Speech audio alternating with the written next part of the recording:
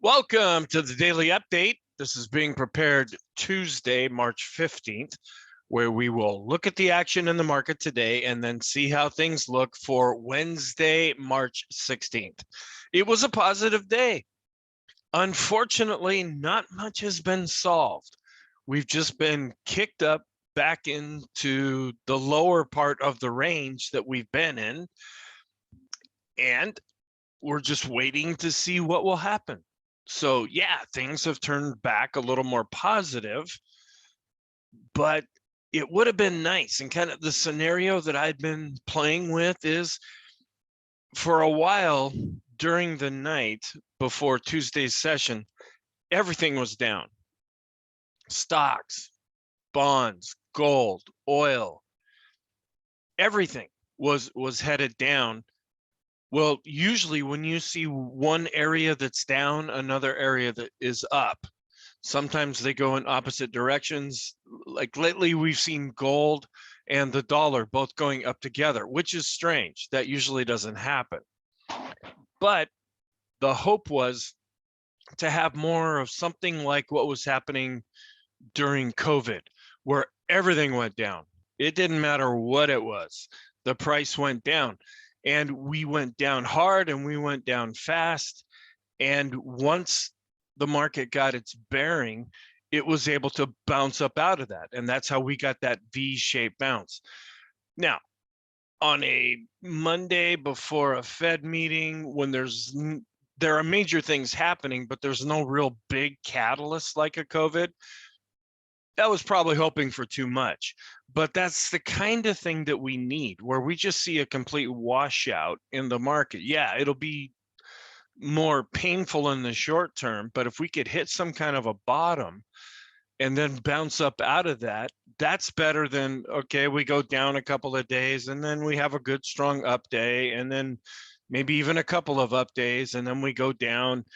Where when everything is said and done, nothing has been decided.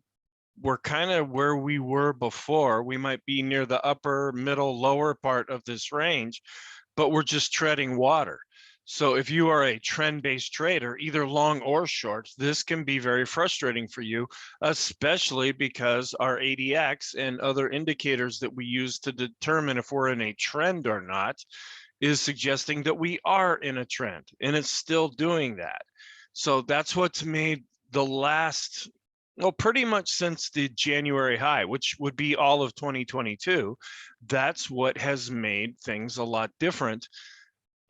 When you compare it to after the bounce in 2020 with the COVID bounce, and then how things behaved in 2021, we're in a different type of an environment. Now, what we're having happen in Wednesday's session is a big catalyst.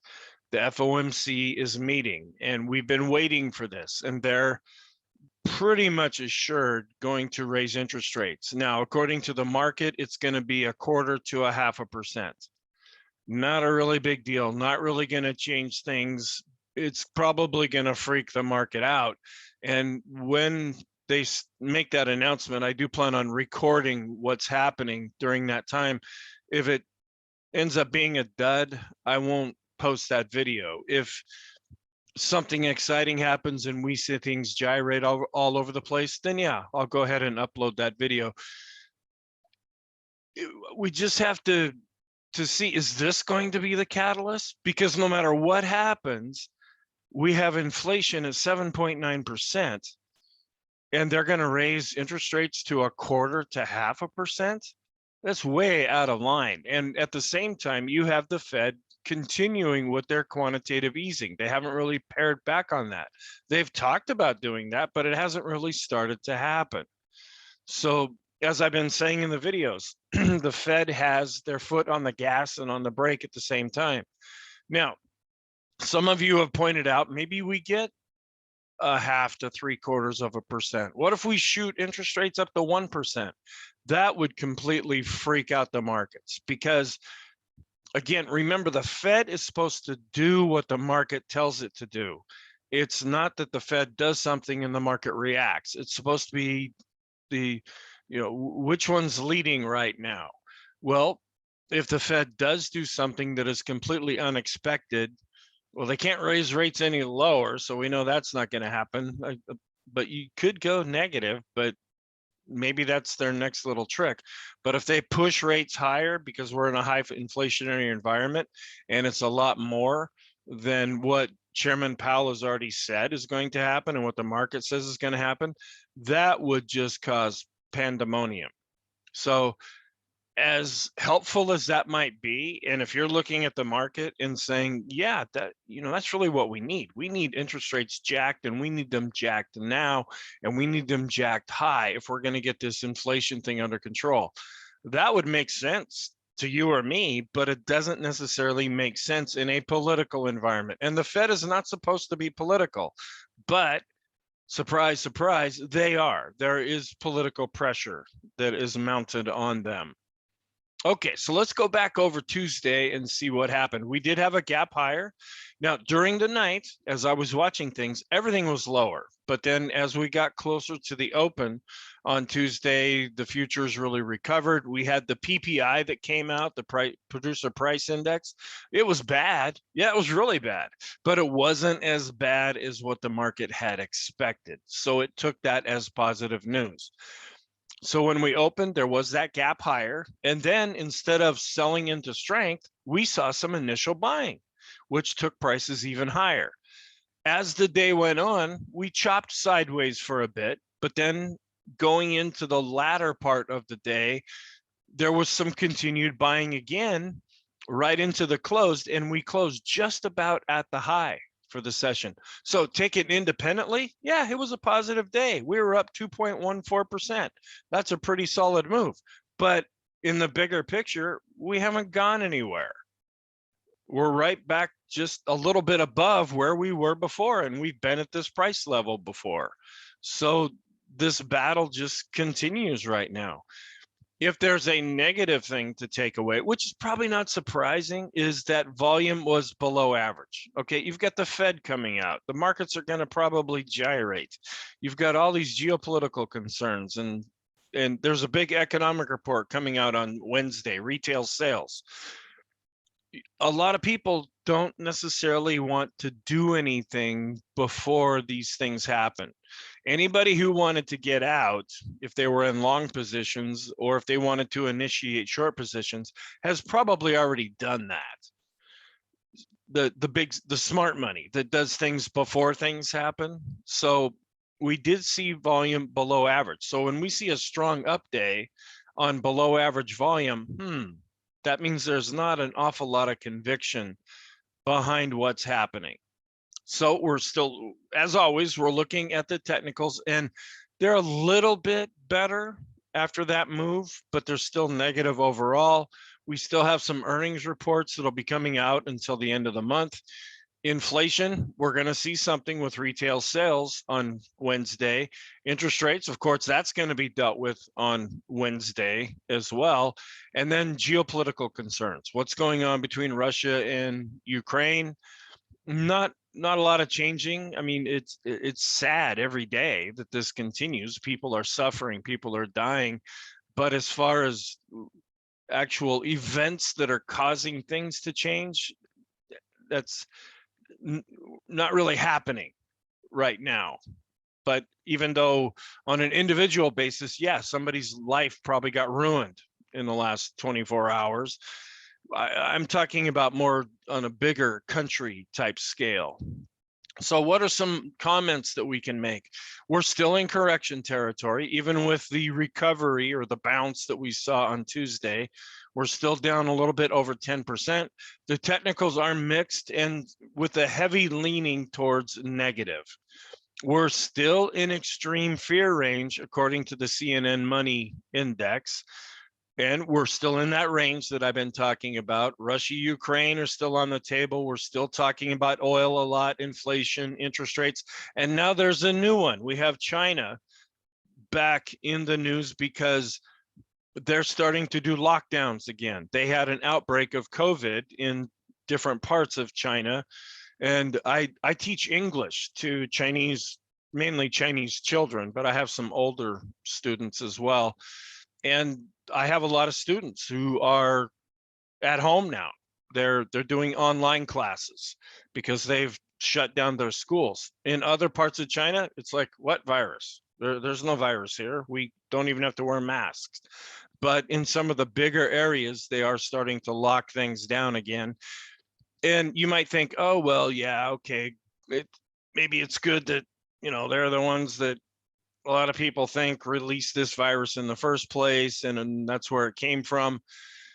The economic ramifications are the supply chain. What can that do? We've got a supply chain problem already. And with China locking down and with the US buying so much from China, is this going to impact the supply chain even more? So that's why I include it right here. As I said, the PPI came out on Tuesday. It was bad, but not as bad as expected. The market is still overvalued right now. Our trend is negative. The ADX is still, it went a little bit sideways today, but it's still showing that we are in a trend. Because we had the up day, I changed the bias to positive. But if we have a down day on Wednesday, it'll go right back to negative. And then the momentum, because we had over a 2% gain on Tuesday, I switched that over to mixed, but again, more of an emphasis on the negative side of things. So let's go through the day session, look at the charts, see what happened. First, we look at sentiment, how people are feeling. We're still below 20 with this gauge, even though we were at 16 the day before. Now we're still at 19. So we're still showing extreme fear. So we're down near the bottom. This could be a potential positive catalyst. Other times we've dropped down below 20, that has led to a significant bounce to the upside. As far as our VIX, because of the up day, it fell on a closing basis, and we're kind of losing this higher high, higher low thing that I had been pointing out. We're starting to drift a little bit lower now. Now, we need a few more days in here to see if we're going to get lower highs and lower lows, but the VIX did decline and closed just about at the low for the session. The VIX of the VIX also saw a decline, both on the bar and on a closing basis. The Ulster Index flattened out a little bit with the advance on Tuesday.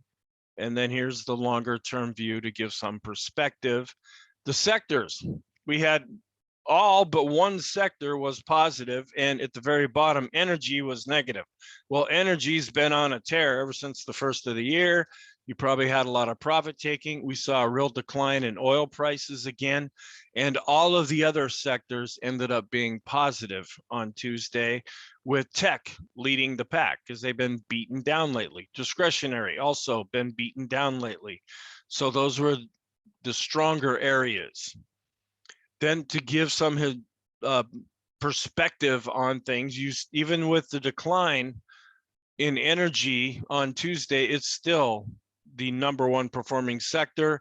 Even with the advance in discretionary on Tuesday, we're still seeing it be the weakest sector overall.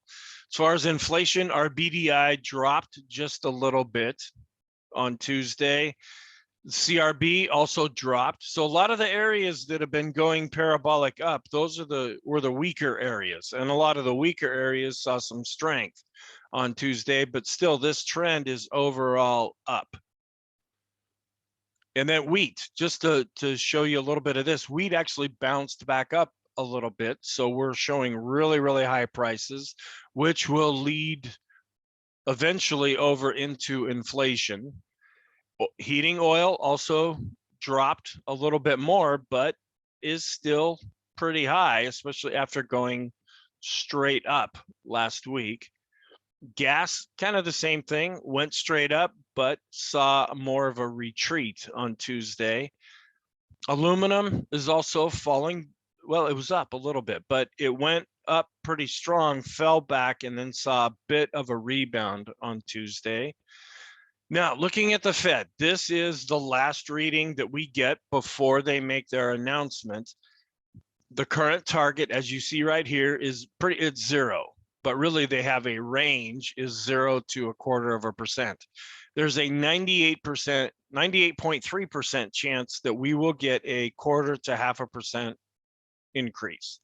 It's not going to really change anything. It's just going to tell the markets, yeah, the Fed is doing something, but are they doing enough? You still have 1.7% that think we might go 1/2 to 3/4. Are they, it's like putting a Band-Aid on a balloon that has a hole in it. I mean, is it really going to fix anything? Or is it just going to project this idea that, okay, the Fed sees what's going on and is accommodating what is happening in the economy?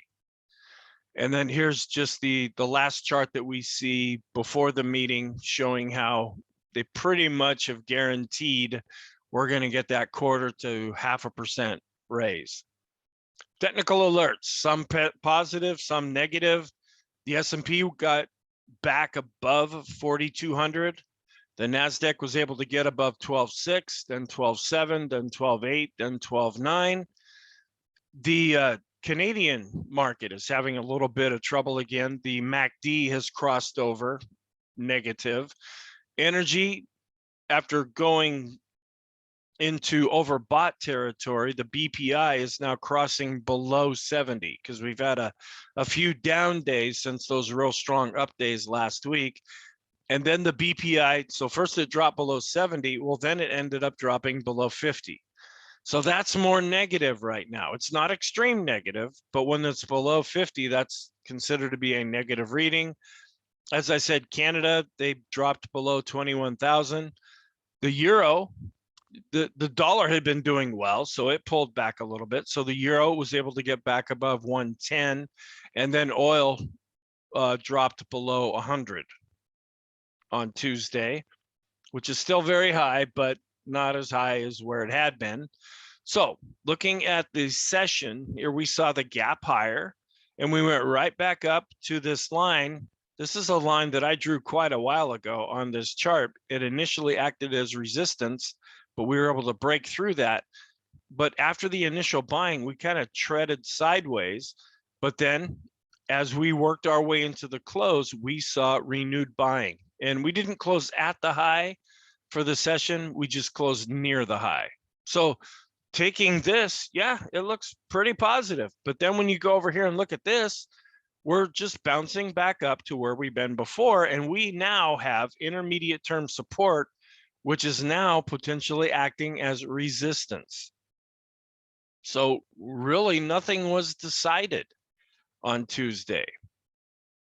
We're now down 11.14%. So we're still just kind of on the edge of correction territory, the way I calculate it. Growth did see an advance and value saw a decline. But growth overall is in a downtrend currently, where value, even though it declined on Tuesday, is still in an overall uptrend. Nasdaq 100 outperformed the S&P 500. As far as our trend, see how the ADX continues to go higher. It rolled over just a little bit, and selling pressure has been declining. Buying power has been, it ticked up a little bit, but it's pretty much been going flat. And since the red line is on top, that means that the trend that this chart is picking up is negative, and a strong trend at that. The mass index, we're just kind of looking at this. It's starting to turn back up to see if we're going to get some kind of a signal, because the last signal didn't really give us any kind of a big sustained move, either up or down. The Arun was pretty much flat, although we did see a decrease in selling pressure, but we also are seeing a decrease in buying power. And because the oscillator is below zero, it is still negative overall. This is what we're also waiting to see.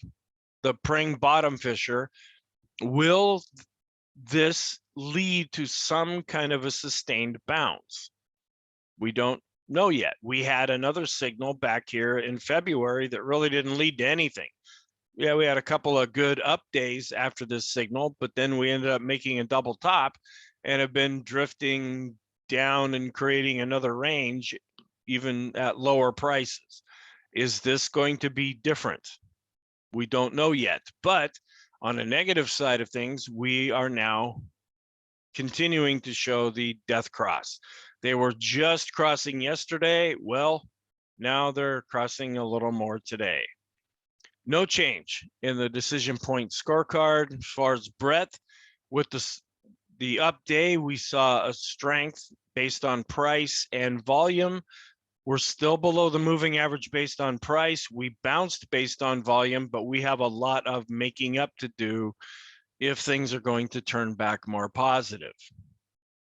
The advanced decline ratio, yeah, it bounced up a little bit, but you can see where it's in a range by itself and it's still below zero. So that is negative overall, even with a positive day. New highs and new lows, we crossed over negative. We went flat on Tuesday. So that has not turned back positive yet. And our moving average, our longer term moving average is still moving sideways. Accumulation distribution, yeah, it ticked up, but we're right at the bottom end of the moving average. So we're still slightly below that. Short-term indicators, we have a long way to go to get back to our 20. With the advance on Tuesday, we did see an advance on the 20, 50, and 200-day moving averages, but nothing really strong yet. We're well below all of our other moving averages that we look at. The MACD turned up, but is still negative. The STO, it's showing a little bit more positive action. It turned up, but we continue to be below zero based on price and volume. The McClellan oscillator, that's a little more positive. It was able to get above zero, which helped the summation index turn up slightly. The stochastic RSI with the up day is already getting close to showing us an extreme positive reading. And the Williams percent R, it advanced, but is still below the 50 range. So it's still negative overall, even with the advance. The force index also showed some improvement, but has not turned over positive yet. And then one thing to be aware of, this is just a one-day rate of change, just taking Tuesday's action and comparing it to Monday's action. That's showing that we had a pretty extreme move for one day. You would never know that by looking at this whole mess that we're coming out of. But when you compare it to the low on Monday with the close on Tuesday, this shows that we went up pretty far, pretty fast. I don't use this to make decisions. This is just something to be aware of when looking at this chart. Intermediate term, we're a long ways below the 50-period moving averages. The PMO, it's trying to bounce up and go positive based on price and volume, but overall, the PMO is still negative, even though it turned up slightly. The PMO study did show an advance with those PMOs that are rising, a little bit of an uptick with those giving buy signals, and pretty much flat to still going down with those that are even above zero. The BPI didn't show any real strength on Tuesday. It didn't decrease anymore, but it didn't really break out either. It's just showing more sideways action right now. But on a positive side, when we've seen this before, right back here, right back here, right back here, that was before some kind of an upward move. So just something potentially positive to be aware of. And here's the longer term chart. Now we could lose this little plateau that we have and still fall lower, but this also could be forming a base before we get ready to go higher. The rainbow is just kind of collapsing from the top down. Stochastic, short-term positive, intermediate term negative, long-term negative. Summation index, it's really hard to see, but there's a little bit of an uptick there based on price. We're seeing things a little bit more positive based on volume. So again, this could be something positive to look at. The oscillators, the slope is trying to repair itself, but pretty much all the other oscillators are improving or are negative overall. So we're not seeing a really big change that way either. The vortex is showing a decrease in selling pressure and an increase in buying power. When this turns positive is when these two lines cross. If we can get that green line to go above the red line, that would be a positive signal, but we're not there yet. RSI, it did advance, but continues to be below 50. So overall, it's negative, but showing improvement. The rate of change, looking back 50 periods after giving us an extreme negative reading, is recovering, but we have not come out of that extreme negative region yet. The Sean trend meter, same thing. We were negative, but could be bouncing up out of that. CCI showing some improvement based on 14 periods and improvement based on 20 periods. Our trading systems, with the up day, the elder system has switched back to neutral, and the SAR is still negative even after Tuesday's advance. Different charts, the Heiken Ashies looking a little better because we have an open candle here, but the KEGI remains negative. The Renko chart has not changed, it's still negative. And the 3-line break chart is still negative because we haven't really gone anywhere. So there's nothing new for these other types of charts to show us. Equivolume is just kind of bouncing it around based on the 1 period ease of movement with the up day. Yeah, it was positive. This is a little more encouraging with the 14 period ease of movement. It has been rising lately, but we still want to get above 0. Again, as I state quite often, this indicator tries to show the path of least resistance. It's not necessarily volume based. It's what is the tendency for price to go. Point and figure, nothing new.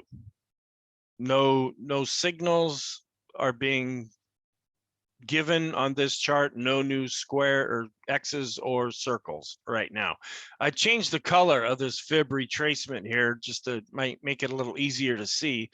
We got down to the 61.8. Well, now we're back up around the 50% level. Long-term charts, we are looking more and more negative each day as long as price is below the 200-day moving average on both of our different S&P charts. Looking at the mega caps, they did see some improvement. Although they are in a downtrend overall, they were up 3.25% on Tuesday. The special K continues to decline, even though it was a little bit flat on Tuesday. Longer term is also showing a decline. Looking at our different longer term moving average studies, we're not really showing a lot of improvement yet. We had an extreme negative reading and we are bouncing up, but we need to break above this blue line. We might be breaking, and I should have extended this line, we might be breaking above this when looking at the 150 period moving average, but we still have a ways to go to get above this blue line with the 200 period moving average. And then looking back 200 days with the rate of change, it slipped over negative after Monday. Well, with the update on Tuesday, now it's slipped back over positive. Nothing big, just wanted to point that out. Looking at the broad market, here is the trend or the range that we've been in. We set a range here, then we tried to go higher. We're bouncing in the range back over here now. We're kind of getting back more to the middle part of this range. The mid caps, they're still battling within a range. The small caps also more within the middle of the range. FANG stocks had a good day, up 3.13%, but didn't even get back to the open from yesterday. ARK, after having just a really bad few days there, and also a few bad months here, it was up over 4% on Tuesday. The Dow, we were down here near the bottom. Well, we bounced up a little bit. We're still below the pivot. and we still have support below where we're at. So again, nothing has really been decided right now.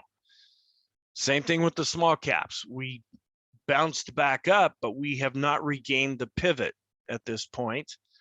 Mid caps, kind of the same thing. We bounced, but we're right back up into the range. Nasdaq, this is showing more weakness. Where we had dropped below S1 on Monday, we were able to regain that on Tuesday. And the Nasdaq was up 2.92%. Nasdaq 100 also up over 3%.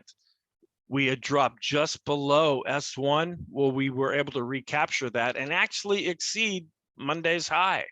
So that's a little more positive, but not really telling us much at the same time. The Vixen, we're still kind of seeing more of at least higher lows, but fear does appear to be decreasing right now. And we closed right at the bottom end of the range on Tuesday. NYSE back up to within the range that we've been in. The S&P 100 outperformed the S&P 500. So the big stocks outperformed the smaller stocks. The Wilshire also back up to within the range. Internationally, China, especially with now the lockdowns and all that, they're really having some trouble right now. But all of the international markets continue to have a lot of problems right now, with really the US market, according to this chart, actually holding up the best. Can you believe it? Because we're right on the verge of being in correction territory as far as the S&P is concerned. There are other markets that are doing worse, but the US market tends to be the leader. Looking at some of our international stocks, we saw a bit of a bounce up over 1.5% on Tuesday. Broad market, the dollar really finished virtually unchanged for the day. Weekly chart showing a little bit of a decline so far for the first 2 days of the week, but in an overall strong uptrend. Oil, after spiking up over 130, is now down to 96.44. Gold also, after spiking up, has now dropped well below 2,000. We're at 1929. Ooh, isn't that kind of a strange number to be at? And here's the ETF itself, where we look like we were really breaking out, but since then have been falling back. And this is just a longer term chart right here for gold. And silver, kind of the same thing. After looking like it was going to break out, it now has been falling back. And this is just a longer term chart as well. Palladium spiking up, also continuing to fall back. Bitcoin still up in the high 30s currently. So it's been bouncing around a lot lately too. Not really, you'll see little blips up and little blips down, but that's about it. Bonds, we're still watching this closely. Even though we saw a little bit of a bounce with our yield curve, it'll be interesting to see how this reacts after the Fed makes their announcement on Wednesday. And then we've broken through resistance as far as the yield on the 10-year, and now we're headed up to the 61.8 level. But the 10-year is now at 2.16%. And bonds did rise, the 30, 10, 5. We actually saw a bit of a decline in the 2-year and a little bit of an increase in the 3-month. Internationally, we are seeing interest rates rise overall, but the US still has the most attractive yield at this time. Bonds, even though they were up slightly on a world basis, continue to be in a really strong downtrend based on price. Corporate bonds were just a little bit lower after having a really rough couple of days. Interest rate now is about 3.57% for corporate bonds. And then here's the longer term chart. So we're starting to see these interest rates go a little bit higher as well. Junk bonds saw a little bit of a recovery with the advance on Tuesday, but after having a death cross is still in a pretty strong downtrend. Relative studies, gold against the S&P 500 after breaking out is still continuing to fall back. We saw a decline in gold and an advance in the S&P, so this ratio declined almost 4%. The energy against the S&P, with oil prices falling and the energy sector having a little bit of trouble, still very strong, but falling back right now. Then looking at growth versus bonds, we saw a little bit of a rebound with growth stocks, but overall we continue to be below this moving average that is now starting to flatten out. That's a 200 period moving average. And then looking at the tech sector against the S&P, we saw a bit of a bounce, but we're below the moving average, although the moving average is still continuing to go a little bit higher right now. And then looking at tech against the 10-year yield, which is just showing that, yeah, tech bounced a little bit on Tuesday, but is in a downtrend overall. This is a reverse of that chart showing that interest rates are going up more than tech right now. Then to compare discretionary with staples, we saw a bit of a recovery with discretionary on Tuesday, but still, you don't even have to put a moving average on here. You can see that this is in a pretty severe downtrend on a comparative basis. Then looking at the S&P against the yield, with the advance in the S&P, it outperformed interest rates on Tuesday. And then we're kind of keeping an eye on this. We're seeing what looks like could be a bit of a bottom in small caps and a pretty healthy advance. Is that going to lead to some kind of an advance with the larger stocks? We're just waiting to see. Sometimes this gives us some insight, sometimes it does not. So what are we looking for on Wednesday? We're still in correction territory. We're still in a range. We're still in earnings season. We're still battling growth and value. We do have retail sales coming out. The FOMC will be making their announcement between 2 and 2:15 Eastern time.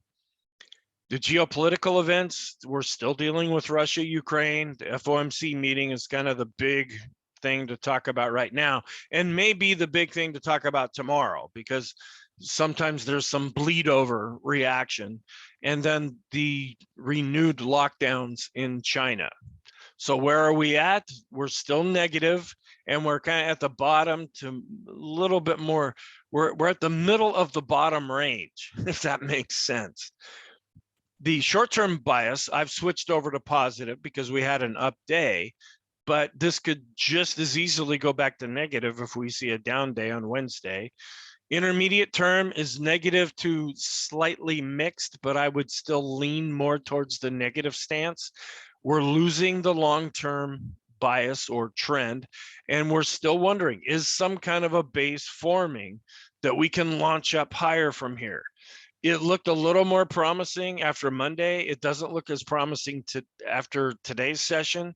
So now we'll have to see, is it going to look any better after Wednesday's session? So thank you very much. Have a very good Wednesday, and I will be watching things closely and prepare the video after Wednesday's session.